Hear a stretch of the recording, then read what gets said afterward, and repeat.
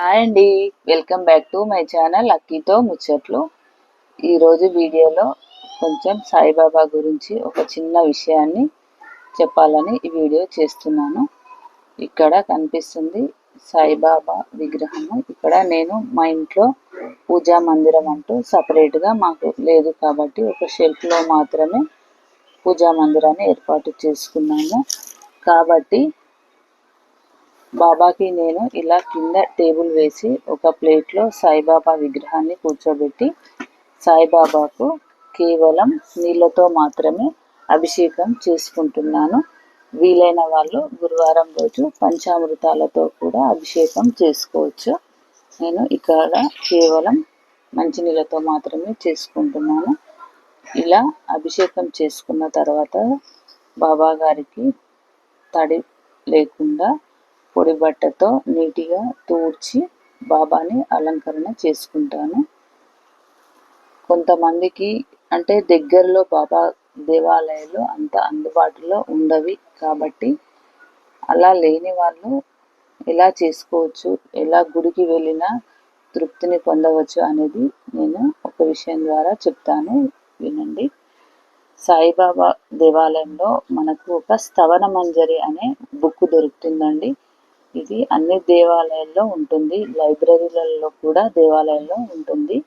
ఈ స్తవన మంజరి బుక్లని మాకు మా వీధిలో ఉన్న దేవాలయంలో భక్తులు వాళ్ళ కోరిక మేరకు వచ్చి పంచుతూ ఉంటారు అప్పుడప్పుడు. మేమైతే మా వీధిలో ఉన్న దేవాలయంలో నుంచి తీసుకొచ్చుకున్నాము. ఈ బుక్ గురించి నేను చివరిలో చెప్తాను ఏంటి అనేది. మేము మా కుటుంబంలో నలుగురం ఉంటాము. మేమందరం కూడా బాబానే పూజిస్తాము, బాబాని ఎక్కువగా నమ్ముతాము. ఏ మంచి పని చేసినా, ఏ వస్తువు కొనాలన్నా కూడా ముందుగా బాబా వారి నుంచి ఒక ఆజ్ఞ తీసుకున్న తర్వాతనే మొదలు పెడతాము. మాకు అనుకోకుండా ఏ పని చేయాలనుకున్నా గురువారం రోజునే కలిసి వస్తుంది. అలా కలిసి రానప్పుడు మేము గురువారం వచ్చేటట్లు కూడా ఏర్పాటు చేసుకుంటాము. మాకు అదొక సెంటిమెంట్ అన్నట్టు. ఇప్పుడు బాబాకి ఇలా అలంకరణ చేసుకున్న తర్వాత ఈ విగ్రహం మేము షిరిడీ నుంచి తీసుకొచ్చుకున్నాము. 25 సంవత్సరాల నుంచి నేను బాబాని కొలుస్తున్నాను.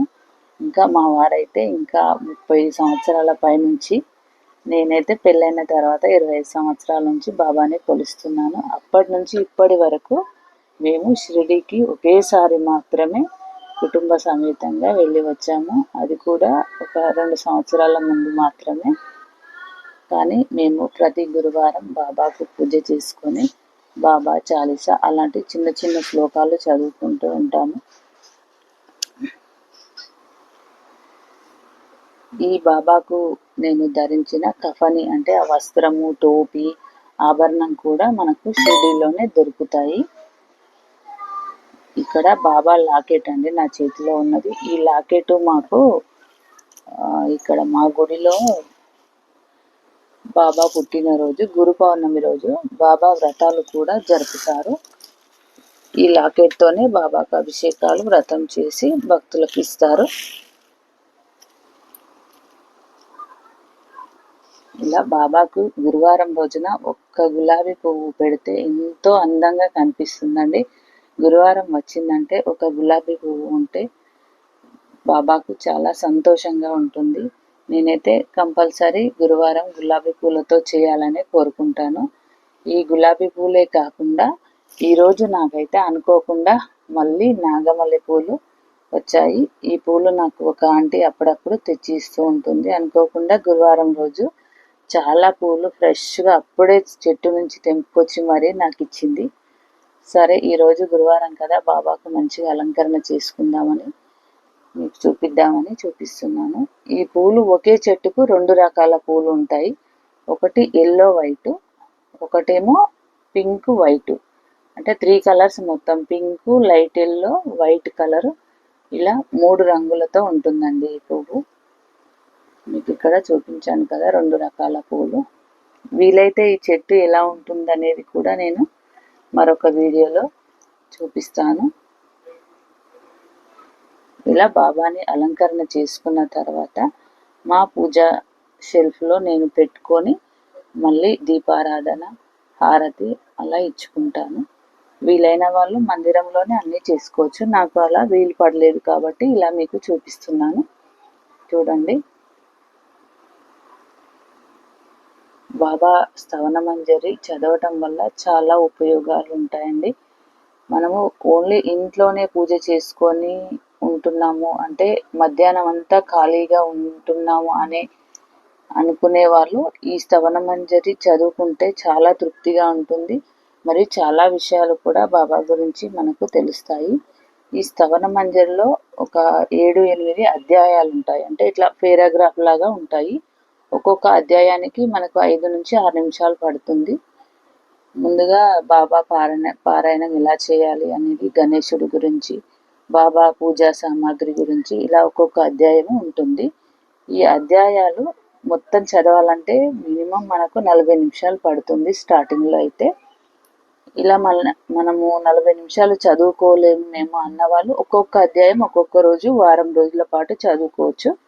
మళ్ళీ గురువారం వరకు కంప్లీట్ చేసుకోవచ్చు. ఇది ప్రతి గురువారము లేదా ప్రతిరోజు కూడా చదువుకుంటే ఇంకా మంచిది. అలా వీలు కాని వాళ్ళు గురువారము లేదంటే ప్రతి ఏకాదశి నాడు అంటే 15 రోజులకు ఒకసారైనా కూడా మనము ఈ స్తవనమంజరిని చదువుకోవచ్చు. ఈ స్తవనమంజరిని చదవడం వల్ల మనకేంటి అనేది లాస్ట్ అధ్యాయంలో మనకు ఫలశ్రుతి అనే ఒక అధ్యాయం ఉంటుంది.